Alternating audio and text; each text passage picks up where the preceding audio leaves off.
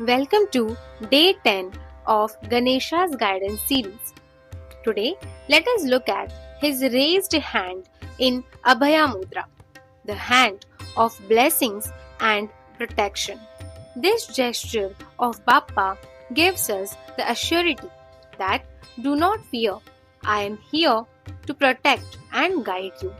It symbolizes faith, courage, and divine support in our journey. So, what are the life lessons we should take from this blessing hand? When fear grips your heart, remind yourself that divine protection is always with you.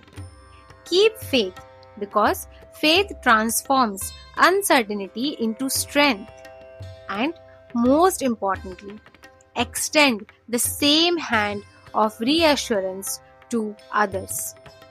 Be the source of courage and support in their lives also. So, today, take a deep breath, let go of fear, and walk with faith. Ganesha's hand is always raised to bless and protect you.